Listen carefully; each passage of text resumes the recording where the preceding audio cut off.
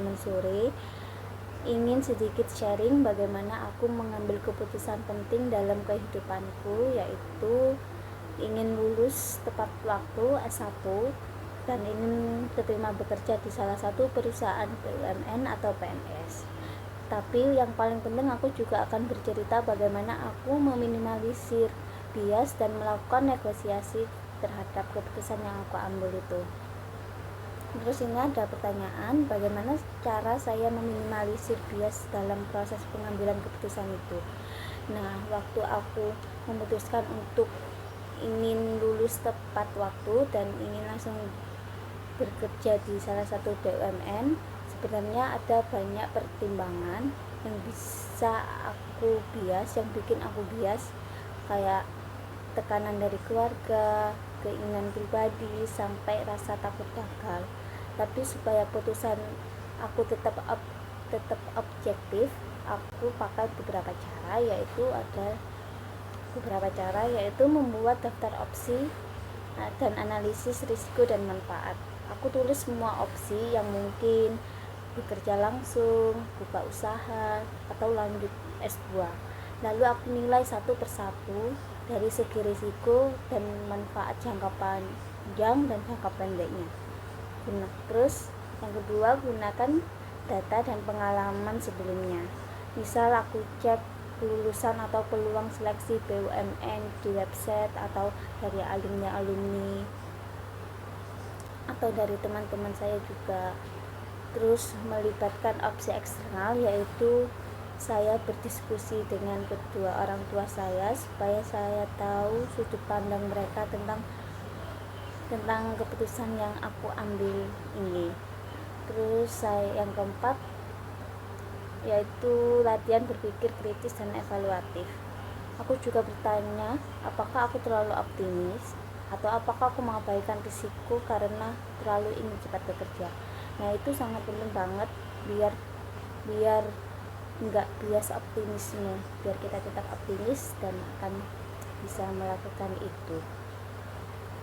Ini pertanyaan kedua, situasi di mana saya butuh negosiasi dan bagaimana cara melakukannya.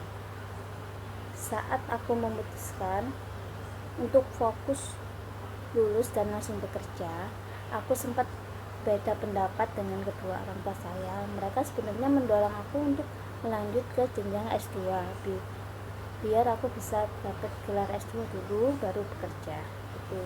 Terus aku di sini masuk proses di negosiasi kepada diriku, yaitu aku mendengarkan dulu alasan kedua orang tuaku karena mereka juga khawatir aku akan kehilangan semangat belajar kalau sudah bekerja. Aku terima itu sebagai bentuk perhatian. Ini ada pertanyaan kedua, situasi di mana saya membutuhkan negosiasi dan bagaimana cara melakukannya. Nah, itu saat aku memutuskan untuk fokus lulus dan langsung bekerja, aku sempat beda pendapat dengan kedua orang tua saya. Mereka sebenarnya mendorong aku untuk melanjutkan S2 dulu supaya bisa fokus kuliah dan ingin mendapatkan gelar juga, terutama terus supaya keterima di jabatan yang lebih tinggi di perusahaan lain gitu. Nah, di sini aku juga masuk ke proses negosiasi, yaitu ada beberapa negosiasi yang aku ambil. Dengarkan dulu penjelasan dari kedua orang tua saya karena mereka khawatir aku akan kehilangan semangat belajar dan kalau sudah bekerja itu. Terus yang kedua, sampaikan logika dan data. Aku tunjukkan kalau peluang BUMN itu sangat banyak untuk sekarang ini dan butuh lulusan fresh graduate. Dan ketiga, aku tawarkan kompromi. Nah, di sini aku janji setelah beberapa tahun bekerja, aku akan lulus S2 dengan biaya sendiri. Jadi rencana mereka tetap bisa tercapai, tapi waktunya disesuaikan. Hasilnya, mereka akhirnya setuju dengan rencana aku karena aku bawa data, logika, dan sikap terbuka.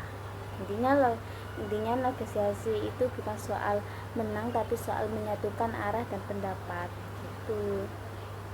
Itu sedikit cerita tentang proses pengambilan keputusanku, gimana menghindari bias dan juga bagaimana negosiasi dalam mengambil keputusanku dan untuk masa depanku juga. Terima kasih.